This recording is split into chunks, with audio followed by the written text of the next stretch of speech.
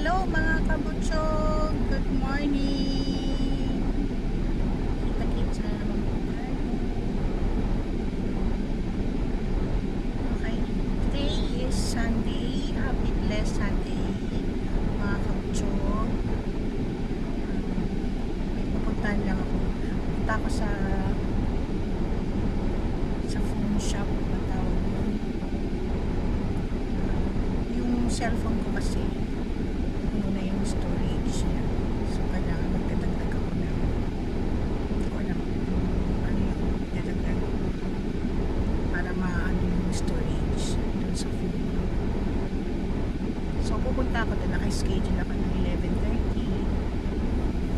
Kailangan kasi magpa-schedule ka. Hindi pwedeng ura-urada pupunta ka na lang doon. Kailangan magpa-schedule ka muna. Dito sa Japan.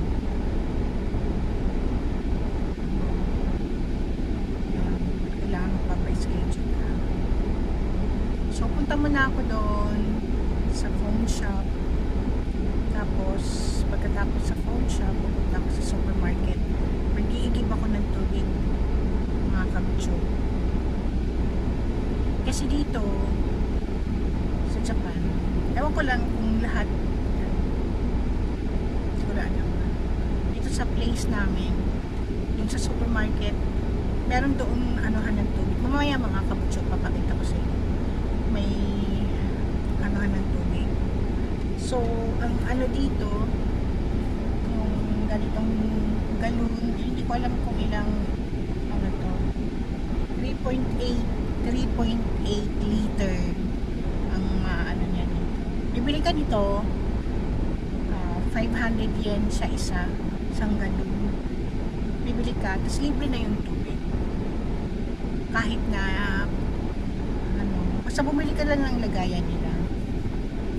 Pwede na yun, libre ka na nun yung tubig. Pwede ka nang magiging doon yung tubig. Basta bibili ka lang ng galon nila. So, dalawa yung binili ko. Kasi malakas ako sa tubig. Tsaka, hindi kasi ako umiinom dito sa... Yung iba kasi umiinom sila galing sa green. Yan sa kitchen. Ako kasi hindi. Nasanay ako